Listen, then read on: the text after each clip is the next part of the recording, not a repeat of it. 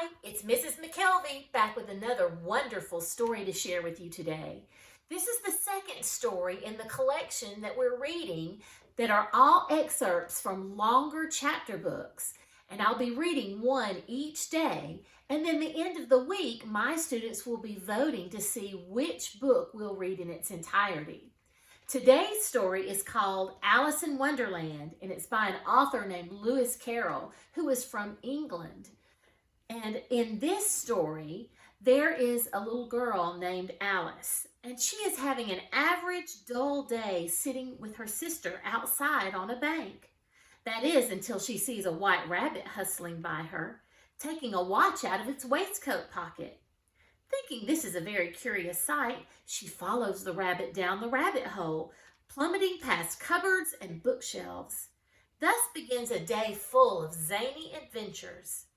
Alice encounters some very odd creatures. She shrinks and she grows, and she has some very peculiar conversations with some very peculiar animals, and cards even. Here she comes across the house of the March Hare.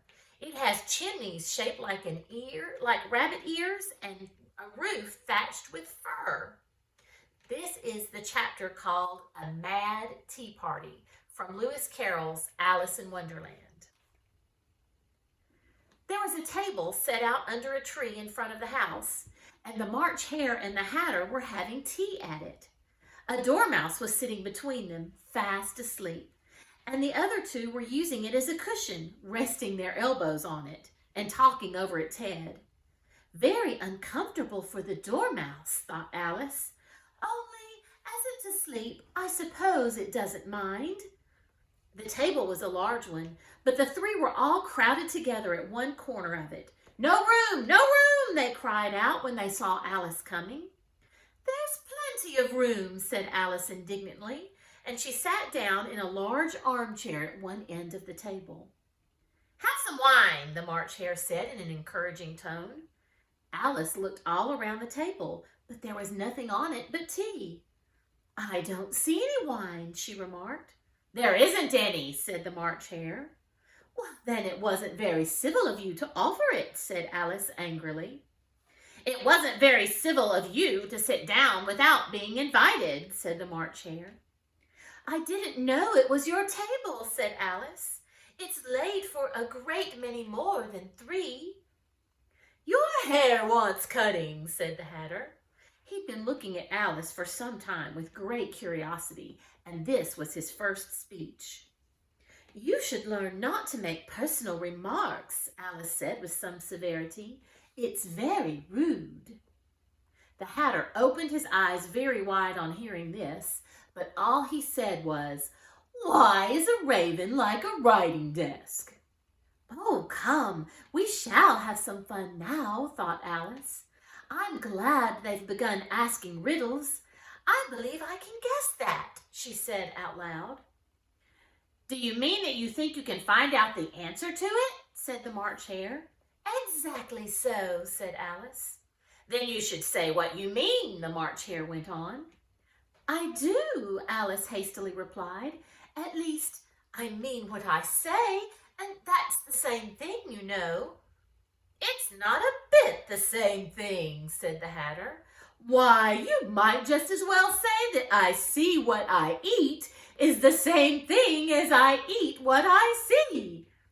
You might as well just say, added the March Hare, that I like what I get is the same thing as I get what I like. You might just as well say, added the Dormouse, which seemed to be talking in its sleep, that I breathe when I sleep is the same thing as I sleep when I breathe. It's the same thing with you, said the Hatter, and here the conversation dropped, and the party sat silent for a minute while Alice thought over all she could remember about ravens and writing desks, which wasn't very much. The Hatter was the first to break the silence. What day of the month is it? He asked, turning to Alice. He had taken his watch out of his pocket and was looking at it uneasily, shaking it every now and then and holding it to his ear. Alice considered a little and then said, the 4th. 2 always wrong, sighed the Hatter.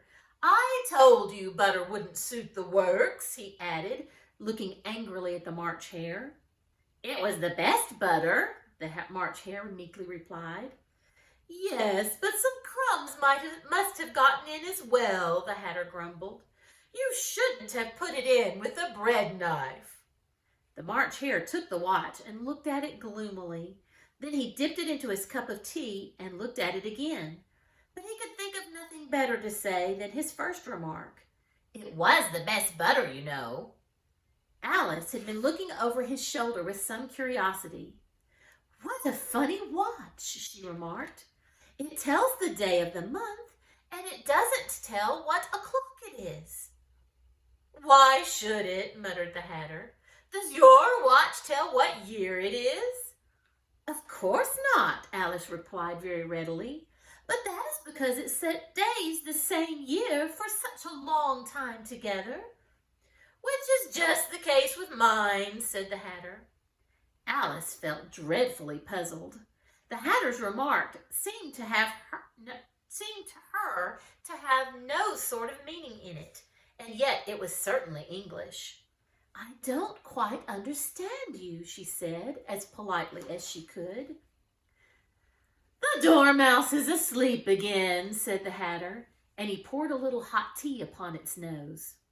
The Dormouse shook its head impatiently and said without opening its eyes, Of course, just what I was going to remark myself. Have you guessed the riddle yet? The Hatter said, turning to Alice again. No, I give up, Alice replied. What's the answer? I haven't the slightest idea, said the Hatter. Nor I, said the March Hare. Alice sighed wearily. I think you might do something better with the time, she said, than wasting it in asking riddles that have no answers. If you knew time as well as I do, said the Hatter, you wouldn't talk about wasting it. It's him. I don't know what you mean, said Alice. Of course you don't, the Hatter said, tossing his head contemptuously. I dare say you never even spoke to time. Perhaps not, Alice cautiously replied. But I know I have to beat time when I learn music. Ah, that accounts for it, said the Hatter. He won't stand beating. Now, if you only kept on good terms with him, he'd do almost anything you like with the clock. For instance, suppose it were 9 o'clock in the morning, just time to begin your lessons. You'd only have to whisper a hint to time, and round goes the clock in a twinkling. 1:30, time for dinner. I only wish it was, said the March Hare to himself in a whisper.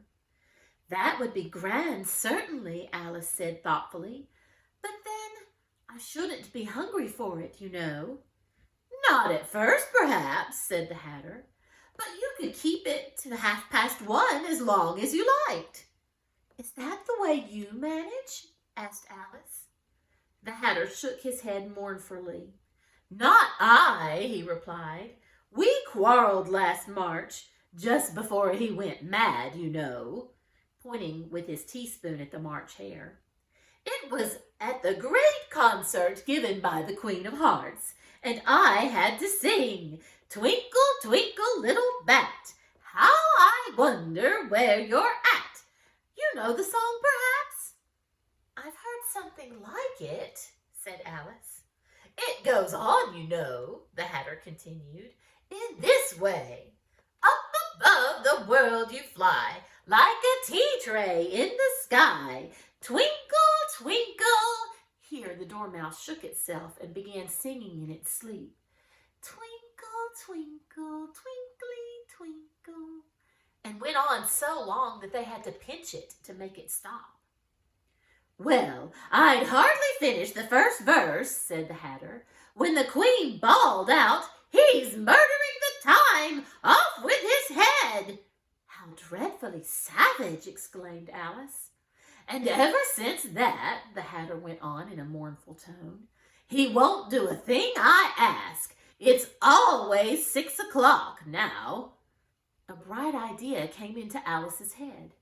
Is that the reason so many tea things are put out here? She asked. Yes, that's it, said the Hatter with a sigh. It's always tea time, and we've no time to wash the things in between whiles. Then you keep moving around, I suppose, said Alice. Exactly so, said the Hatter, as the things get used up. But what happens when you come to the beginning again? Alice ventured to ask. Suppose we change the subject, the March Hare interrupted. I'm getting tired of this. I vote that the young lady tell us a story. I'm afraid I don't know one, said Alice, rather alarmed at the proposal. Then the Dormouse shall, they both cried. Wake up, Dormouse! And they pinched it on both sides at once. The Dormouse slowly opened its eyes. I wasn't asleep, it said in a hoarse, feeble voice. I heard every word you fellows were saying. Tell us a story, said the March Hare. Yes, please do, said Alice. And be quick about it, said the Hatter, or you'll be asleep again before it's done. Once upon a time, there were 3 little sisters, the Dormouse began, and their names were Elsie, Lacie, and Tilly, and they lived at the bottom of a well. What did they live on? Asked Alice, who always took a great interest in questions of eating and drinking. They lived on a treacle, said the Dormouse, after thinking a minute or two. They couldn't have done that, you know, Alice gently remarked. They'd have been ill. So they were, said the Dormouse, very ill. Alice tried to fancy herself with what such an extraordinary way of living would be like, but it puzzled her too much, so she went on. But why did they live at the bottom of a well? Take some more tea, the March Hare said to Alice very earnestly. I've had none yet, Alice replied in an offended tone, so I can't take more. You mean you can't take less, said the Hatter. It's very easy to take more than nothing. Nobody asked your opinion, said Alice. Who's making personal remarks now? The Hatter asked triumphantly. Alice did not quite know what to say to this, so she helped herself to some tea and bread and butter, and then turned to the Dormouse and repeated her question. Why did they live at the bottom of a well? The Dormouse again took a minute or two to think about it, and then said, It was a treacle well. There's no such thing, Alice was beginning very angrily. But the Hatter and the March Hare went, Shh, shh, and the Dormouse sulkily remarked, If you can't be civil, then you'd better finish the story yourself. No, please go on, Alice said very humbly. I won't interrupt you again. I dare say there may be one. One indeed, said the Dormouse indignantly. However, he consented to go on. And so these 3 little sisters, they were learning to draw, you know. What did they draw? Said Alice, quite forgetting her promise. Treacle, said the Dormouse, without considering at all this time. I want a clean cup, interrupted the Hatter. Let's all move one place on. He moved on as he spoke, and the Dormouse followed him. The March Hare moved into the Dormouse's place, and Alice rather unwillingly took the place of the March Hare.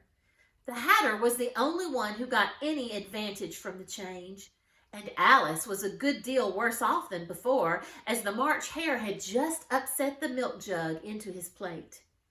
Alice did not wish to offend the Dormouse again, so she began very cautiously. But I don't understand. Where did they draw the treacle from? You can draw water out of a water well, said the Hatter. So I should think you could draw treacle out of a treacle well, eh? Silly.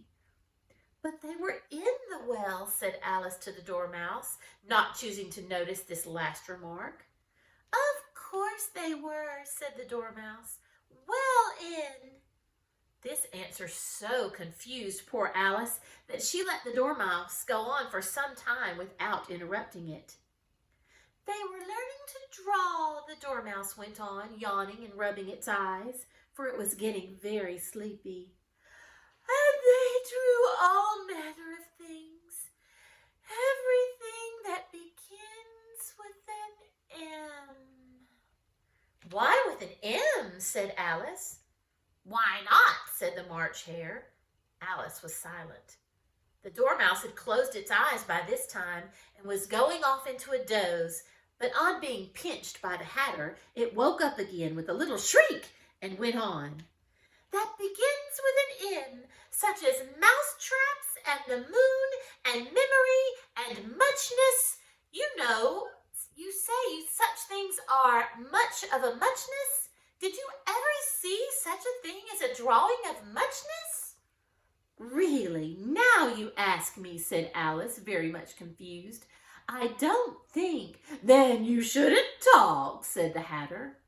This piece of rudeness was more than Alice could bear. She got up in great disgust and walked off. The Dormouse fell asleep instantly, and neither of the others took the least notice of her going, though she looked back once or twice, hoping they would call after her. The last time she saw them, they were trying to put the Dormouse into the teapot.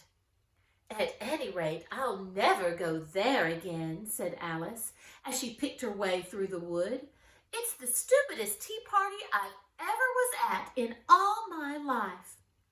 Just as she said this, she noticed that one of the trees had a door leading right into it. That's very curious, she thought. But everything's curious today. I think I may as well go in at once. And in she went. And that's as much as we're going to read of this part of Alice in Wonderland for today. So if you enjoyed this one, this may be your choice for the book we read in its entirety. But we have 3 more excerpts that we're going to hear before I put up the voting for my students. But wait, there's more. I'd like for your challenge today to be 2 different things. Number 1, why don't you get all dressed up and have a tea party today? You can have a tea party and get out fancy plates, and you can make fancy sandwiches. You can cut them into little shapes like triangles or little small squares, or even use cookie cutters to cut your sandwiches into really interesting shapes. Or you might decide to bake cookies or some other treat and make little bitty cookies for your tea party and have a fancy time together. I hope you have a great time having a tea party today. The other challenge is that one of the characters asked Alice a riddle. Riddles are a lot of fun, and it can be a great way to pass the time. So maybe you'd like to get online and see if you can find some riddles that you could either share at your tea party or maybe at a meal you have sometime with your family today. So I hope you have a good time researching and finding some really fun riddles to share, to ask each other and see if you can figure out the answers. And if you do have your tea party, have a sip of tea for me. Well, that's it for this time. I'll see you tomorrow. Bye-bye.